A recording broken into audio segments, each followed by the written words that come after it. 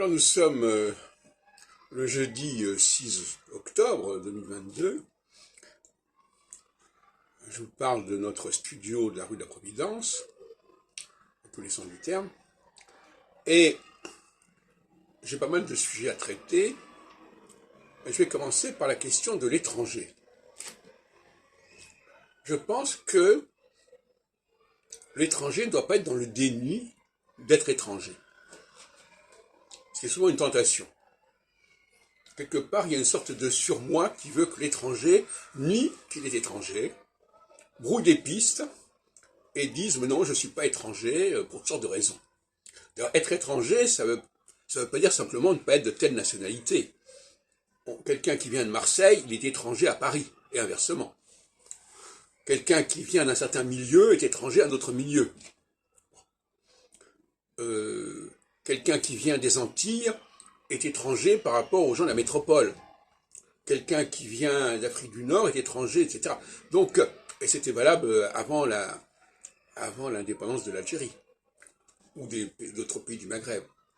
Donc, il y a une déontologie de l'étranger et aussi du comportement qu'on doit avoir avec lui. Il y a une charte de l'étranger. Alors on parle de xénophobie, mais c'est-à-dire quoi la xénophobie? Quand on est en face de quelqu'un qui a un comportement qui est décalé et qu'on réagit, est-ce qu'on est xénophobe? C'est question qui se pose aussi. Ce qui est important, c'est pas tellement de nier le fait qu'il y a des étrangers, c'est de faire qu'on détermine comment ces relations doivent se développer. Et moi-même, j'ai été étranger en Israël, par exemple, dans les années 68-69.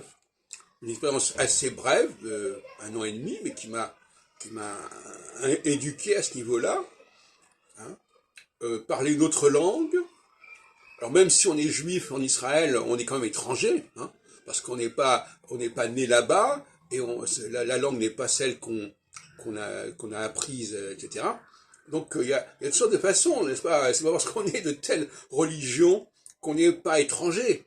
Tous les juifs qui vivent dans n'importe quel pays, ils peuvent être étrangers à ce pays-là, ou à un autre pays, ou à des gens de la même religion, mais qui ne viennent pas du même endroit, etc., etc. Alors, on essaie de nous embrouiller avec tout ça.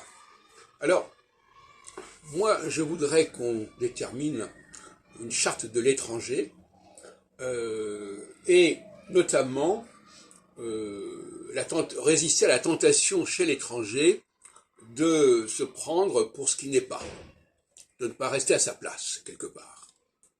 Alors, il y a le problème de l'intersectionnalité qui fait que quand on fait une observation à quelqu'un parce qu'il n'a pas compris certaines choses, on va lui dire « vous êtes raciste ». Non, c'est pas la couleur de la peau qui est le seul vecteur de l'étrangeté. On peut très bien vivre dans un pays auquel on n'a pas le même physique, etc. Et puis alors, il y a la question du passage, est-ce qu'un homme n'est pas étranger à un collectif féminin, et inversement. Voilà.